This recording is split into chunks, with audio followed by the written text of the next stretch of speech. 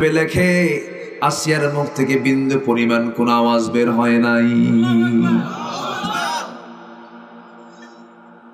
আসিয়ার মুখ থেকে সর্বশেষ একটা দোয়া বের হয়েছিল। তার কিতাব ছিল তাওরাত, তার নবী ছিলেন মুসা আলাইহিস সালাতু ওয়াস সালাম। কিন্তু তিনি এমন দোয়া পড়লেন, এমন দোয়া করলেন, আল্লাহ তাআলা গোটা দুনিয়ার সমস্ত নারী এবং পুরুষকে বললেন, ও দুনিয়ার নারী পুরুষ, তোমরা আমার আসিয়ার মতো দোয়া করো। কি দোয়াটা তিনি করলেন? যারা পারেন ঠোঁট মিলিয়ে বলুন। তিনি বললেন, রব্বি বিনিলি ইনদাকা বাইতান ফিল জান্নাহ ওয়া নাজ্জিনি মিন ফিরআউনা ওয়া আমালিহি। জোরে বলুন আল্লাহু আকবার। তিনি দোয়া করলেন, আল্লাহ তাআলা তুমি আমার জন্য বানিয়ে দাও একটি মাত্র ঘর। জান্নাতে একটা ঘর থাকবে নাকি? জান্নাতে একটা ঘর তো থাকবে না। কিন্তু আসিয়া বললেন, আল্লাহ আমার 10টা দরকার নাই, 8টা দরকার নাই, বুয়ুত দরকার নাই, বাইতান। আমার জন্য তুমি আল্লাহ একটা মাত্র ঘর দিলে আমি খুশি হয়ে যাব, কিন্তু সেই ঘরটা থাকা চাই তোমার ঘরের সাথে। জোরে কোন সুবহানাল্লাহ। আমার নবীজি মক্কা ছেড়ে যখন মদিনায় চলে এলেন, সাহাবীরাও থাকলেন না, বউটা ছেড়ে চলে আসলেন, ব্যবসা ছেড়ে চলে আসলেন। একজন সাহাবী বউকে ডাক দিয়ে বলছেন, বউ রে, ইসলামটা কবুল কর, রাসূল তো মদিনার দিকে হিজরত করেছেন, তোকেও যেতে হবে। বউ বলল না। সঙ্গে সঙ্গে সাহাবী বললেন, তুই থেকে যা, কিন্তু আমি আমার রাসূলকে ছাড়বো না। চলে গেলেন তিনি, সন্তান রেখে গেলেন, বউ বাচ্চাও রাখলেন, খেজুরের বড় পাকা বাগানটাও ছেড়ে গেলেন। এমনকি বড় একটা ব্যবসা ছিল, রমরমা বিজনেস, সেই বিজনেসও তিনি ছাড়লেন। নবীর সঙ্গে গিয়া মদিনার মসজিদে বসে বসে সময়গুলো কাটান। আমার নবীজি একদিন দেখতে পেলেন সেই সাহাবীকে একা চুপ করে বসে আছে। নবীজি তাকে পিছন দিক থেকে ডাক দিয়ে বলছেন, আমার সাহাবী রে, তোকে দেখে আমার চোখের পানি আটকাতে পারলাম না। ওরে আমার সাহাবী, তোমার তো মক্কায় বিশাল বড় বাড়ি ছিল, বড় বড় ব্যবসা ছিল, বাণিজ্য ছিল, সবকিছু ছেড়ে দিয়ে হিজরত করে তুমি আজকে চলে আসছো মদিনায়। তোমার কি কষ্ট হচ্ছে না? তোমার সুন্দর ওই বড় বাড়িটা আবু জেহেল দখল করে নিয়েছে। সঙ্গে সঙ্গে তিনি বলছেন, ইয়া রাসূলুল্লাহ, আবু জেহেল দখল করেছে আমার বাড়ি, আর আমি দখল করতে চাই জান্নাতের বাড়ি। আমার নবীজি বললেন, আব্দুর রহমান, আমি তোমার জন্য একটু ব্যবস্থা করতে চাই, হুজুর কিচ্ছু লাগবে না। এক আনসার সাহাবীকে ডাক দিলেন, ডাক দিয়ে বললেন, আনসার, দেখো তো আমার আব্দুর রহমানের জন্য কিছু করা যায় কিনা। এই কথা বলা মাত্রই আনসার সাহাবী আব্দুর রহমান ইবনে আওফ রাদিয়াল্লাহু তাআলা ওকে সঙ্গে করে নিয়ে রওনা করলেন। ঘোড়ার পিঠ উঠায় নিলেন, মদিনার সবচেয়ে বড় বড় 2টা খেজুর বাগান তাকে দেখায় দিলেন। দেখায় দিয়ে বললেন, ও আমার ভাই আব্দুর রহমান, 2টা বাগানের মালিক আল্লাহ পাক আমাকে বানিয়ে দিয়েছেন। যে বাগানটা তোমার পছন্দ হবে সেই বাগানটা আমি এই মুহূর্তে আমি তোমাকে দান করে দিলাম। আনসার সাহাবী বলছেন, আমার ভাই আব্দুর রহমান, শুধু এতটুকুই না, এই মুহূর্তে তোমার সাথে এই মুহূর্তে মদিনার কোন পিতা তার মেয়েকে বিয়ে দেবে না, কারণ তুমি মদিনার মানুষ নও, তোমার ঘর নাই, বাড়ি নাই, তোমার যৌবন আছে, কিন্তু তোমার তো বিয়ে শাদী করা দরকার, কিন্তু তোমার মেয়েটা তুমি কোথায় পাবে? আল্লাহ আমাকে 2টা স্ত্রী দান করেছেন, যে কোনো একটা স্ত্রীকে আমি তালাক দেব, আমার স্ত্রীকে তুমি বিয়ে করে নিবা। কি স্যাক্রিফাইস আল্লাযীনা হাজারু। আমার নবীজি আনসার সাহাবীকে বলে দিয়েছেন। আনসার সাহাবীর স্যাক্রিফাইস দেখে আব্দুর রহমান ইবনে আওফ চোখের পানি আটকাতে না পেরে আনসার সাহাবীকে বুকে জড়িয়ে ধরে বলছেন, বাইরে, তোমার বউ তালাক দেওয়া লাগবে না, খেজুর বাগান আমি নেব না, আমার প্রয়োজন নাই, আমাকে ছোট্ট একটা বাজার দেখায় দাও, বাজারে ছোট্ট ব্যবসা করতে ধরবো, আল্লাহ যেন বরকত দিয়ে দেন। মক্কার সবচেয়ে বড় ব্যবসায়ী মদিনায় এসে ছোট্ট ব্যবসায় হাল ধরলেন, কয়েক রাতে সোনা কামাই করলেন। কয়েক রাতে সোনা কামাই করে ওই টাকাটা জমায়ে নিয়ে তিনি বিয়ে শাদী করে নিলেন। যুবকের জন্য বিয়ের দরকার আছে না নাই? বিয়ে করে নিয়ে আব্দুর রহমান ইবনে আওফ তিন দিন পরে আমার নবীর দরবারে হাজির হলেন। পরনে তার নতুন জামা, গায়ে তার সুগন্ধি। নবী তাকে দেখলেন, চেহারার মধ্যে লাবণ্য ভাব চলে এসেছে। রাসূল বললেন, আব্দুর রহমান, তোমাকে দেখে মনে হচ্ছে তুমি একটা কিছু করছো। সঙ্গে সঙ্গে আব্দুর রহমান ইবনে আওফ মুস্কি হাসি মেরে বলছেন, হুজুর, আমি তো বিয়ে করে ফেলেছি। রাসূল বলেন, তুমি করলা বিয়ে? আমি দাওয়াত পেলাম না। হুজুর, মনে ছিল না। কি ছিল না? মনে ছিল না। সহি কথা। রাসূল বলেন, বিয়ে করেছো, ভালো কথা। টাকা পাইলো কোথায়? হুজুর, ব্যবসা করছে। রাসূল বলেন, আল্লাহ, আমার আব্দুর রহমানের ব্যবসায় তুমি আল্লাহ বরকত দিয়ে দাও। ওই ছোট্ট ব্যবসা থেকে আব্দুর রহমান হলেন এত টাকার মালিক। যখন তিনি মারা যান, মারা যাওয়ার আগ পর্যন্ত যে পরিমাণ সম্পদ তিনি ইনকাম করেছিলেন, তাবুক অভিযানে তিনি একা নিজে 3 বস্তা সোনা দান করেছিলেন। কয় বস্তা? 3 বস্তা। 3 বস্তা সোনা তিনি দান করেছিলেন। এরপরেও, এত কিছু করার পরেও তিনি যখন মারা যান, তিনি বদরে গেছেন, উহুদে গেছেন, খন্দকে গেছেন। বড় বড় যে যুদ্ধগুলো আব্দুর রহমান ইবনে আওফ তিনি শামিল হয়েছেন।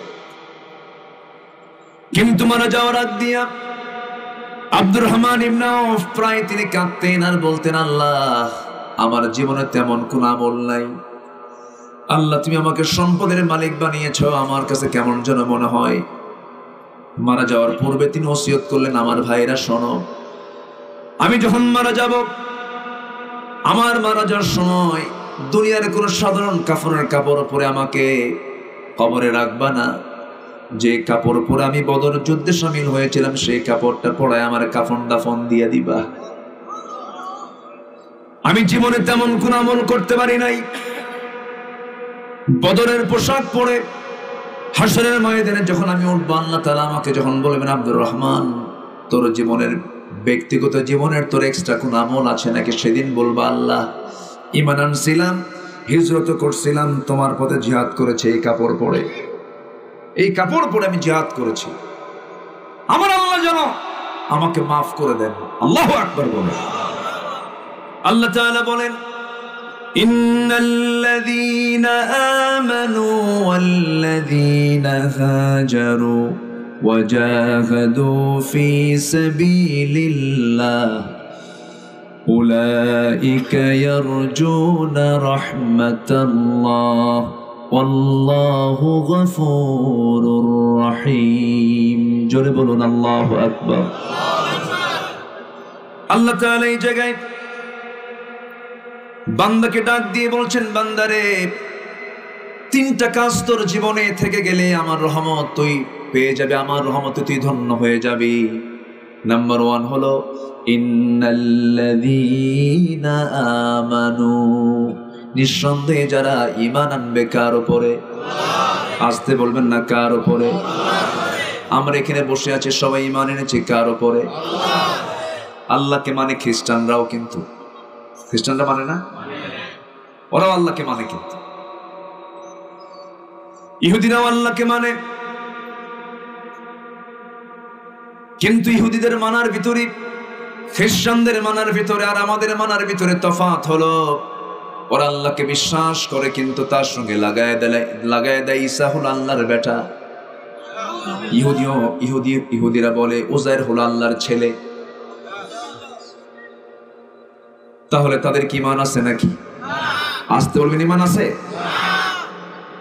আল্লাহ তাআলাকে বিশ্বাস করতে গেলে তার জাত সিফাতকে বিশ্বাস করতে হবে। আমার আল্লাহর পরিচয় যদি কেউ সংক্ষিপ্ত করে যদি কেউ জানতে চায়, ছোট্ট একটা সূরায় যথেষ্ট। যারা পারেন ঠোঁট মিলিয়ে বলুন, কুল হুয়াল্লাহু আহাদ আল্লাহুস সামাদ লাম ইয়ালিদ ওয়া লাম ইউলাদ ওয়া লাম ইয়াকুল লাহু কুফুয়ান আহাদ। আল্লাহ এক, আল্লাহ স্বনির্ভর। আল্লাহ কাউকে জন্ম দেন নাই, কারো থেকে জন্ম হয়ে আসেন নাই। তার সমকক্ষ পৃথিবীর কেউ নাই। সে আল্লাহর প্রতি ঈমান আনতে হবে নির্ভেজাল। কি?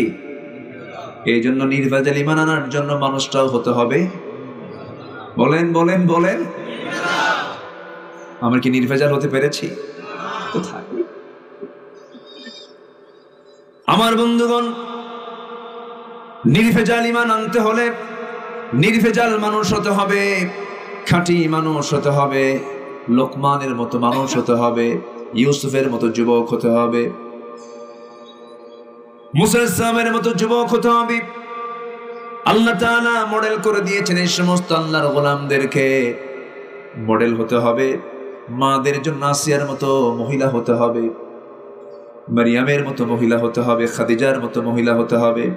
কোরআনে তাদের ইতিহাস আছে না নাই? আসতে বলবেন না, আছে না নাই? আমার বন্ধুগণ, ঈমান এনেছি আমি, কিন্তু ঈমানের পথে সবচাইতে বড় বাধা হলো শিরকিয়াতের বাধা। আমার দেশে শিরকের ছড়াছড়ি আছে না নাই? শিরকের কারবার আছে না নাই?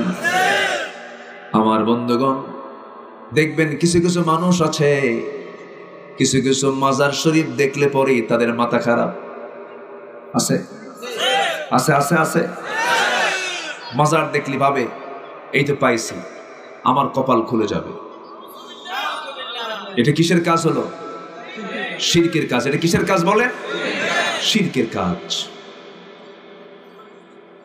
আমার বন্ধুগণ, আল্লাহর কসম, আমি পীর বিরোধী কোনো মানুষ নই, আমি পীরের পক্ষেরই মানুষ। পীরকে আমি সম্মান করি, ভক্তি করি, শ্রদ্ধা করি। কিন্তু আজকে আমি জরিপ করে দেখেছি আমার দেশে যত দরবারগুলো আছে ম্যাক্সিমাম দরবারে শিরকিয়াতের কাজ চলে। শিরকের ছড়াছড়ি আজকে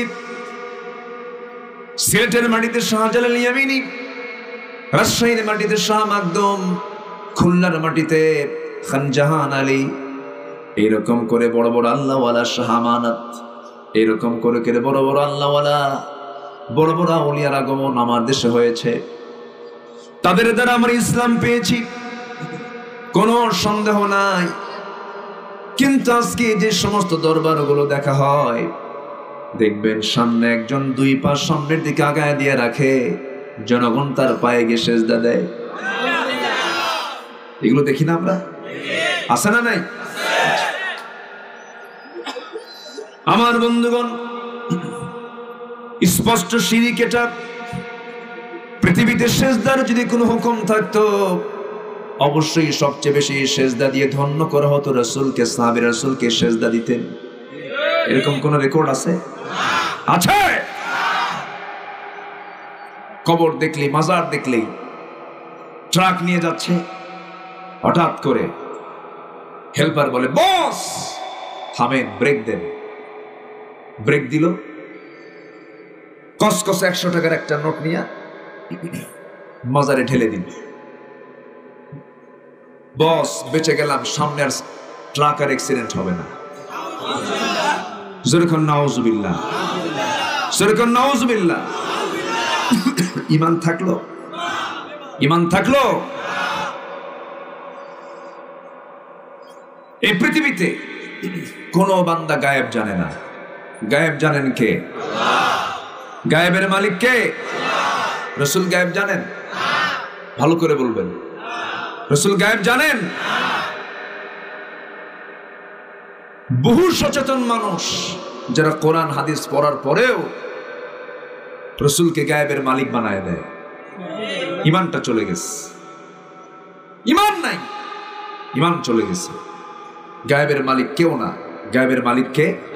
আল্লাহ তাআলা। আমার ভাইয়েরা, ঈমান যদি আনতে হয়, ঈমানটাকে শিরক মুক্ত রাখতে হবে। শিরক মুক্ত এবং বিদআত মুক্ত যদি আমরা ঈমান আনতে পারি, আল্লাহ সুন্দর করে বলছেন, ওয়াল্লাযীনা আমানু ওয়া লাম ইয়ালবিসু ঈমানাহুম বিযুলমিন উলাইকা লাহুমুল আমনু ওয়া হুম মুহতাদুন। জোরে বলি আল্লাহু আকবার। ঈমান যারা আনবি, এবং তার গোটা জীবনকে যারা জুলুমের দ্বারা শিরকের দ্বারা আচ্ছাদিত না করে শিরক মুক্ত যারা ঈমান আনবে, আল্লাহ বলছেন ওই বান্দা আমার নিরাপদে থেকে যাবে, ওই বান্দার জন্য আমি আল্লাহ জান্নাত রেখে দেব। তুমি কি গুনাহ করেছো? গুনাহ কোনো ফ্যাক্টর না। সহিহ হাদিস এসেছে তোমার গুনাহ আনানাস সামা, আকাশ ছেয়ে গেছে, সমস্যা নাই। বিকরাবিল আরদিল খাতায়া, গোটা জমিন ছেয়ে গেছে, প্রবলেম নেই। তুমি আমার কাছে শিরিক মুক্ত হয়ে আসো, বিদআত মুক্ত হয়ে আসো, আমি তোমার সব গুনাহ মাফ করে দেব। কার কথা? আসতে বলবেন না, কার কথা?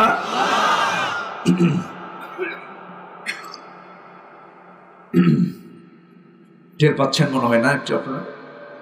আমাকে একটু সহযোগিতা করেন। কি করবেন এখন? কোনো তো উপায় নাই। সম্মানিত ভাইয়েরা, আজকে আরো কিছু শিরক আছে। শিরকের ব্যাপারে আল্লাহর 4টা শক্ত কথা আছে। যে শিরক করবে তার জন্য জান্নাত হারাম। কার কথা? মান ইউশরিক বিল্লাহ ফাকাদ হারামাল্লাহু আলাইহিল জান্নাহ। নাম্বার 2, যে ব্যক্তি শিরক করবে তার সমস্ত আমল বাজেয়াপ্ত হয়ে যাবে। 1 বোতল পানি, 1 ফোঁটা কেরোসিন, পানি থাকবে? খাওয়া যাবে? গোটা জীবনের সমস্ত আমল শিরক, শেষ। কথা বোঝা গেল? আচ্ছা, ঈমানের তাহলে ক্যান্সার হলো শিরক। ক্যান্সারের কোনো কোষ যখন ডাক্তার পায়, ডাক্তার কি বলে? অপারেশন করেন, সরাইয়া দেন। ঈমানের সাথে শিরকের কোনো সংস্পর্শ রাখা যাবে না। ওই সমস্ত দরবার আমরা যাব না যে দরবারে গেলে ঈমান ছিনতাই হয়ে যায়, ঠিক কিনা? যাব না আমরা। আরেকটা শিরক হলো, আমার দেশে বহু মানুষ আছে যারা আল্লাহর আইনের পরিবর্তে মানুষের আইনকে মেনে নেয়। আইন কয় প্রকার? আইন কয় প্রকার? এক আইন কার? আসতে বলবেন না, কার? আরেক আইন কার? বান্দার। বলেন কার? বান্দার। এই পৃথিবীতে 2টা আইন আছে। মানব রচিত, মানুষ রচনা করেছে। আরেকটা হলো কার? বান্দা আইন মানবে কার? কিন্তু কোন বান্দা যদি আল্লাহর আইনকে অমান্য করে, আল্লাহর আইনকে না মেনে নিয়া দুনিয়ার আইনকে যদি মেনে নেয়, সে বান্দাও মুশরিকের অন্তর্ভুক্ত হয়ে যাবে। সে বান্দার কোন আমল আল্লাহর দরবারে মঞ্জুর হবে না। এই জন্য আমরা শিরিক মুক্ত ঈমান আনবো, বিদআত মুক্ত ঈমান আনবো। ঈমানের সঙ্গে কোনো কিছুকে জোড়াতালি করা যাবে না।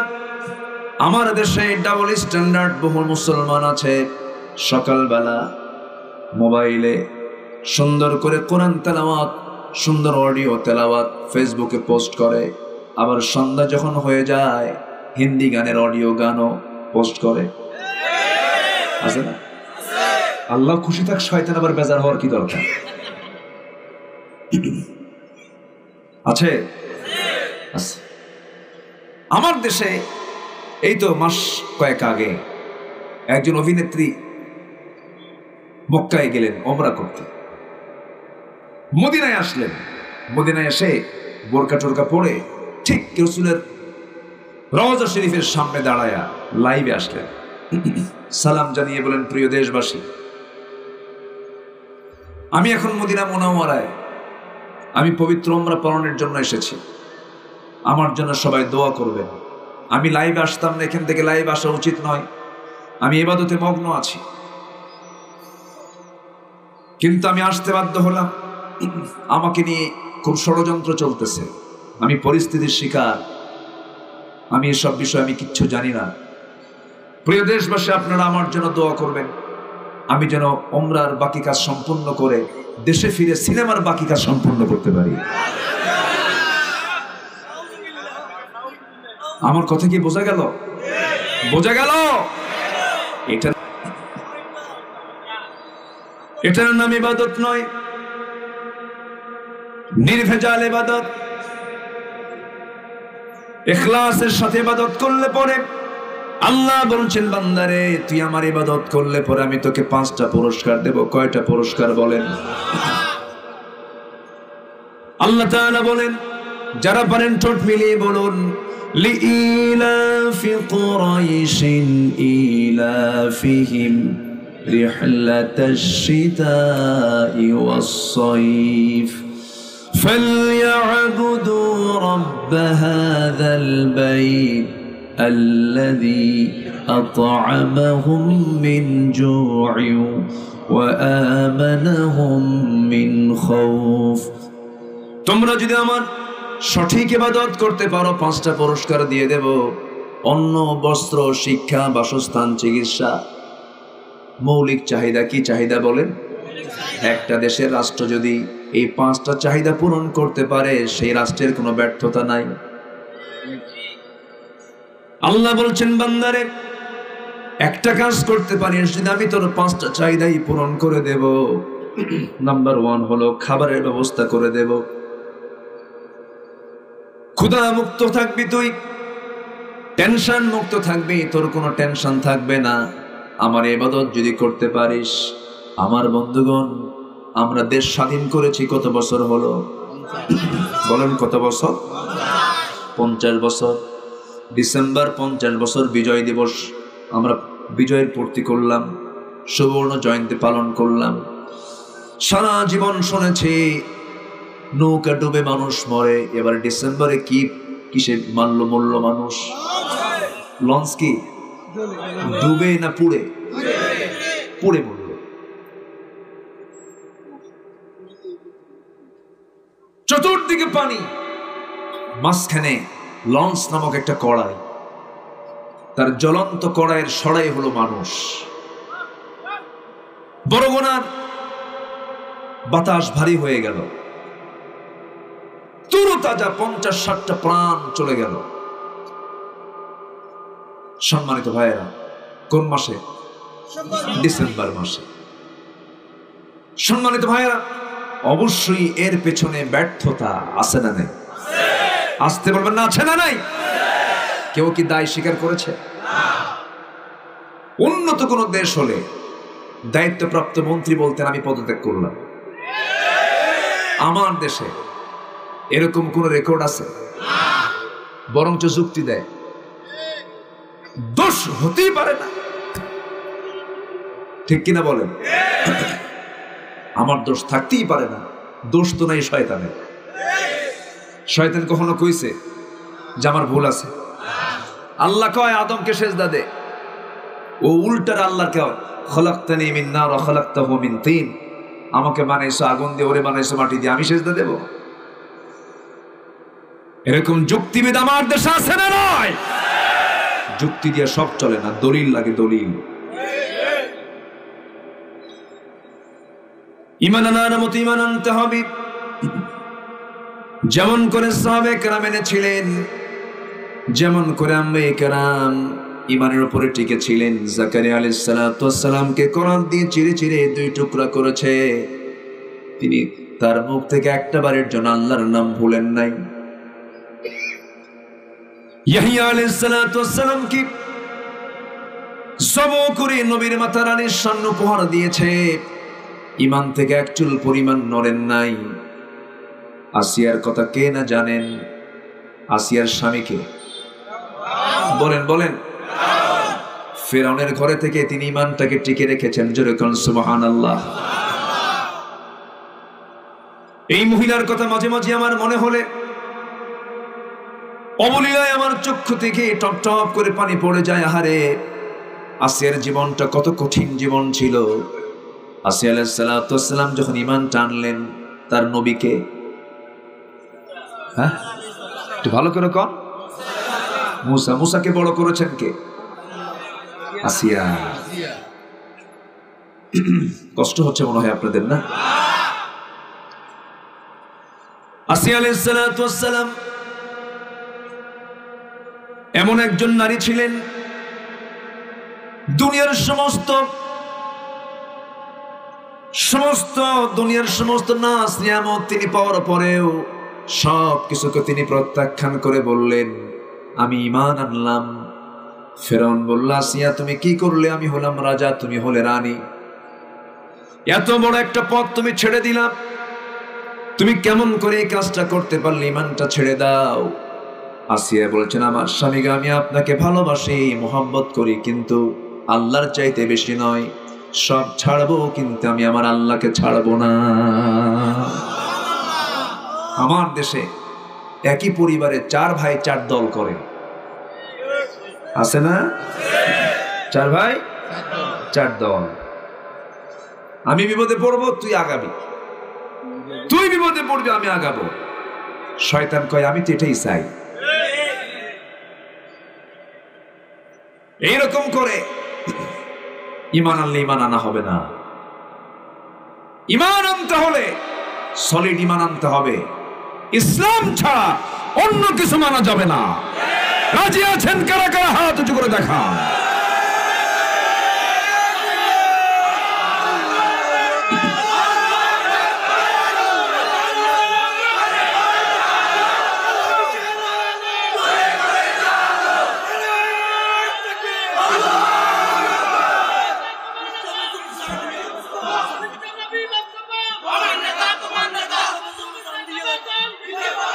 আল্লাহ কবুল করুন, জোরে বলে আমিন।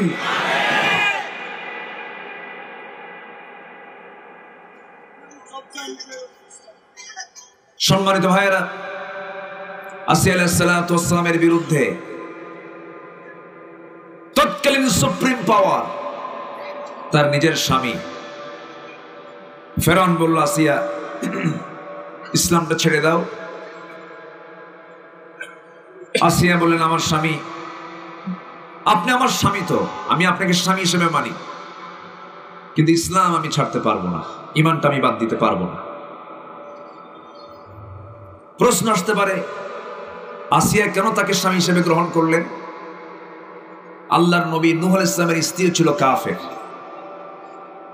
ইমরাত লূত আলাইহিস সালামের স্ত্রী ছিল একজন কাফেরা। ওই সময়ের ওই ধর্মে এটা বৈধ ছিল। এখন কি বৈধ আছে? আসতে বলবেন না, বৈধ আছে? ওয়ালা তানকিহুল মুশরিকাত হাত্তা ইউমিননা, কোন মুশরিকা নারীকে বিয়ে করতে যাবে না যতক্ষণ না সে ঈমান না এনেছে। আমার দেশে পার্লামেন্টও আছে এমন রেকর্ড, আছে না নাই? সংসদে দাঁড়িয়ে বলে, মাননীয় স্পিকার, আমার ছেলে বিয়ে করেছে কলকাতায় গাঙ্গুলি পরিবারে, আমার বৌমাটা খুব ভালো, যখন ঢাকায় থাকে তখন সে 5 ওয়াক্ত নামাজ পড়ে, এবং যখন সে কলকাতায় যায় তখন সে পূজাও করে। মাননীয় স্পিকার, এটাই তো ধর্মের স্বাধীনতা। স্পিকার, কত বড় মুফতি আজম ফতুয়া দিয়ে বসে আছে।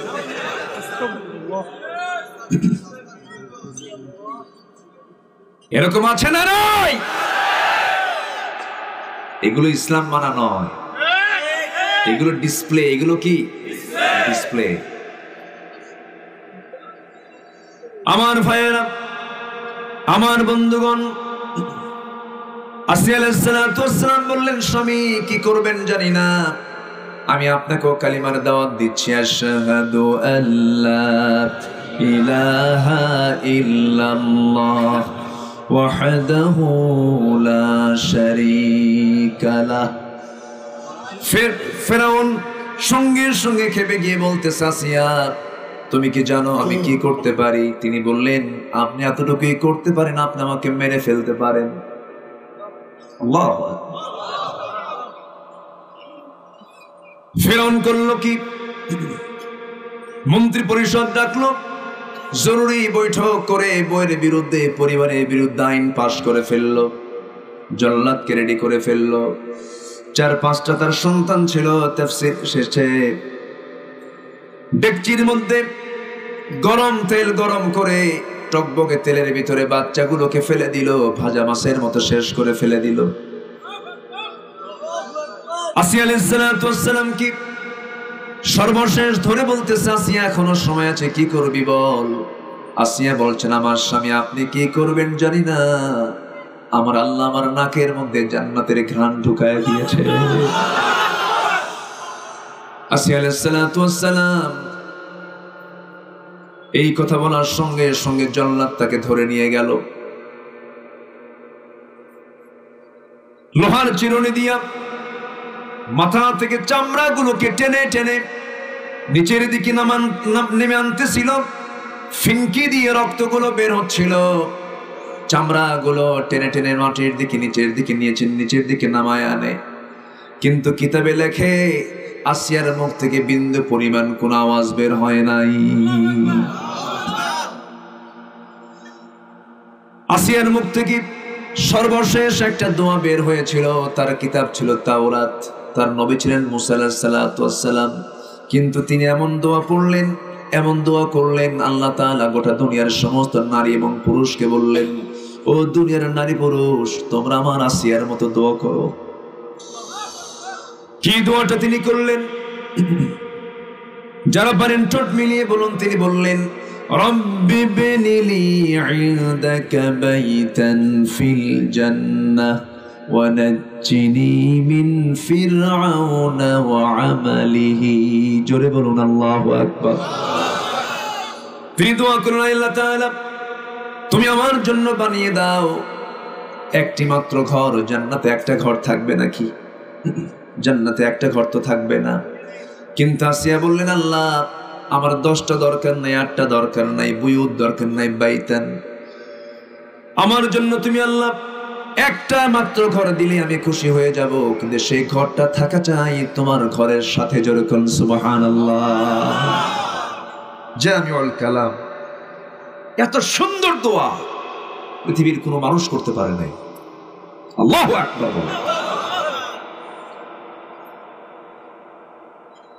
আমার ভাইয়েরা, ফিরআউনের ঘরে থেকে আসিয়া ঈমানটাকে টিকে রেখেছেন। কার ঘরে থেকে? আজকে আমরা ঈমানের এই বড় সম্পদটাকে আমাদের ঘরে রেখে আমরা ঈমানটাকে মজবুত রাখতে পারি না। আসিয়া হলেন সেই দিকের একটা মডেল। এত বড় বাতিলের সামনে থেকেও তিনি ঈমানটাকে তিনি কখনো নষ্ট করেন নাই। ঈমানটাকে আমরা টিকে রাখবো। জোরে বলি ইনশাআল্লাহ। আরো জোরে বলি ইনশাআল্লাহ। আমার বন্ধুগণ, নাম্বার 2 হলো, 1 নম্বর হলো আমরা ঈমান আনবো। শিরিক করা যাবে, বেদাত করা যাবে, কুফরি করা যাবে, তাহলে ঈমান ঠিক থাকবে। ঈমান কি থাকবে? ঠিক থাকবে। নাম্বার 2 হলো ওয়াল্লাযীনা হাজারু ওয়া জাহাদু ফি সাবিলিল্লাহ। নাম্বার 2 হলো আমরা যারা হিজরত করবে, আল্লাহ বলেন যারা হিজরত করবে। হিজরত মানে হলো স্যাক্রিফাইস যারা করবে, ত্যাগ স্বীকার যারা করবে। আমার বন্ধুগণ, আমার নবীজি মক্কার মানুষ হিজরত করে কোথায় গেলেন? কোথায় গেলেন? সাহাবীরা কি মক্কায় থাকলেন না? তারাও হিজরত করলেন, তারাও হিজরত করলেন। আমার নবীজি মক্কা ছেড়ে যখন মদিনায় চলে এলেন, সাহাবীরাও থাকলেন না, বউটা ছেড়ে চলে আসলেন, ব্যবসা ছেড়ে চলে আসলেন। একজন সাহাবী বউকে ডাক দিয়ে বলছেন, বউ রে, ইসলামটা কবুল কর, রাসূল তো মদিনার দিকে হিজরত করেছেন, তোকেও যেতে হবে। বউ বলল না। সঙ্গে সঙ্গে সাহাবী বললেন, তুই থেকে যা, কিন্তু আমি আমার রাসূলকে ছাড়বো না। চলে গেলেন তিনি, সন্তান রেখে গেলেন, বউ বাচ্চাও রাখলেন, খেজুরের বড় পাকা বাগানটাও ছেড়ে গেলেন। এমনকি বড় একটা বড় ব্যবসা ছিল, রমরমা বিজনেস, সেই বিজনেসও তিনি ছাড়লেন। নবীর সঙ্গে গিয়া মদিনার মসজিদে বসে বসে সময়গুলো কাটান। আমার নবীজি একদিন দেখতে পেলেন সেই সাহাবীকে একা চুপ করে বসে আছে। নবীজি তাকে পিছন দিক থেকে ডাক দিয়ে বলছেন, আমার সাহাবী রে, তোকে দেখে আমার চোখের পানি আটকাতে পারলাম না। ওরে আমার সাহাবী, তোমার তো মক্কায় বিশাল বড় বাড়ি ছিল, বড় বড় ব্যবসা ছিল, বাণিজ্য ছিল, সবকিছু ছেড়ে দিয়ে হিজরত করে তুমি আজকে চলে আসছো মদিনায়। তোমার কি কষ্ট হচ্ছে না? তোমার সুন্দর ওই বড় বাড়িটা আবু জেহেল দখল করে নিয়েছে।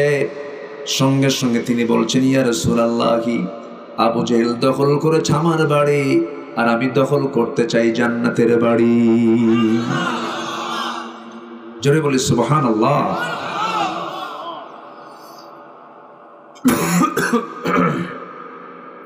সম্মানিত ভাইয়েরা, আমার নবীজি বললেন, আব্দুর রহমান, আমি তোমার জন্য একটু ব্যবস্থা করতে চাই। হুজুর, কিচ্ছু লাগবে না। এক আনসার সাহাবীকে ডাক দিলেন। ডাক দিয়ে বললেন, আনসার, দেখো তো আমার আব্দুর রহমানের জন্য কিছু করা যায় কিনা।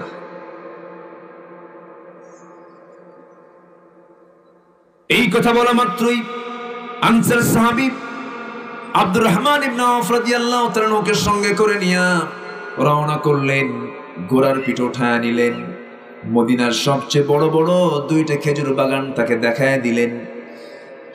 দেখায় দিয়ে বললেন, ও আমার ভাই আব্দুর রহমান, দুইটা বাগানের মালিক আল্লাহ পাক আমাকে বানিয়ে দিয়েছেন।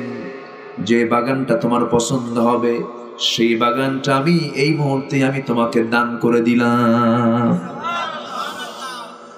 আমার ভাইয়েরা, ত্যাগ স্বীকার যারা করবে, আল্লাযীনা হাজারু,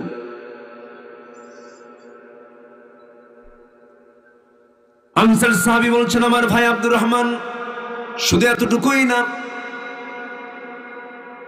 এই মুহূর্তে তোমার সাথে এই মুহূর্তে মদিনার কোন পিতা তার মেয়েকে বিয়ে দেবে না, কারণ তুমি মদিনার মানুষ নও, তোমার ঘর নাই, বাড়ি নাই, তোমার যৌবন আছে, কিন্তু তোমার তো বিয়ে শাদী করা দরকার, কিন্তু তোমার মেয়েটা তুমি কোথায় পাবে?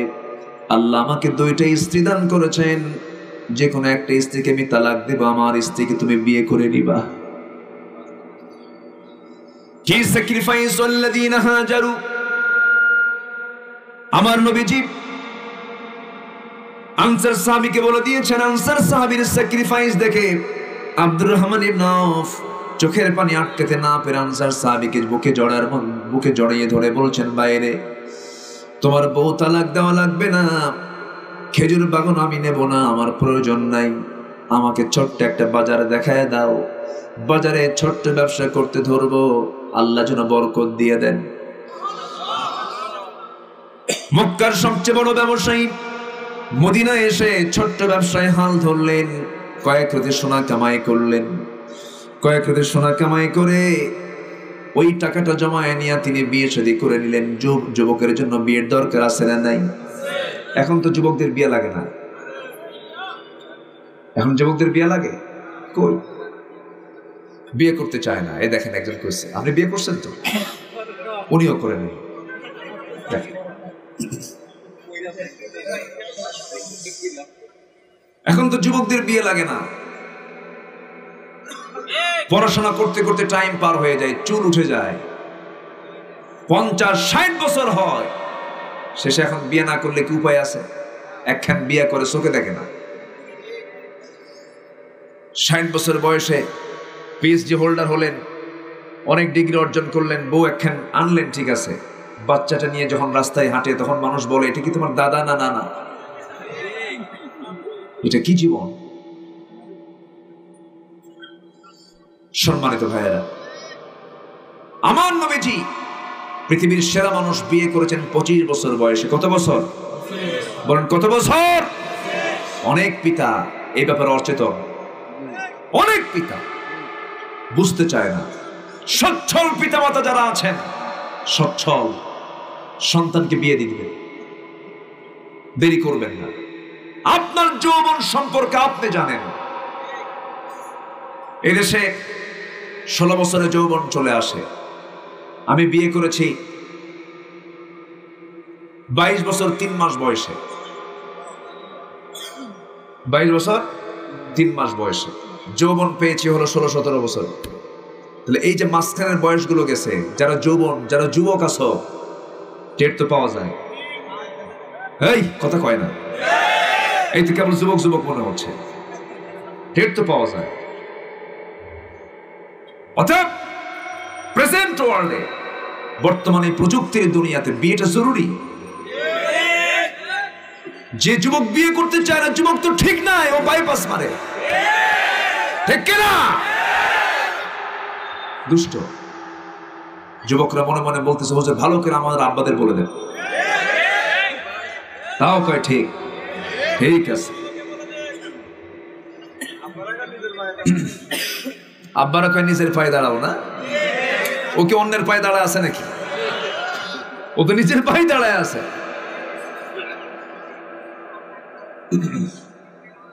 আব্দুর রহমান ইবনে আওফ সামান্য কিছু অর্থ কামাই করে বিয়ে করলেন। কি করলেন? বিয়ে করলেন। বিয়ে করে নিয়ে আব্দুর রহমান ইবনে আওফ তিন দিন পরে আমার নবীর দরবারে হাজির হলেন।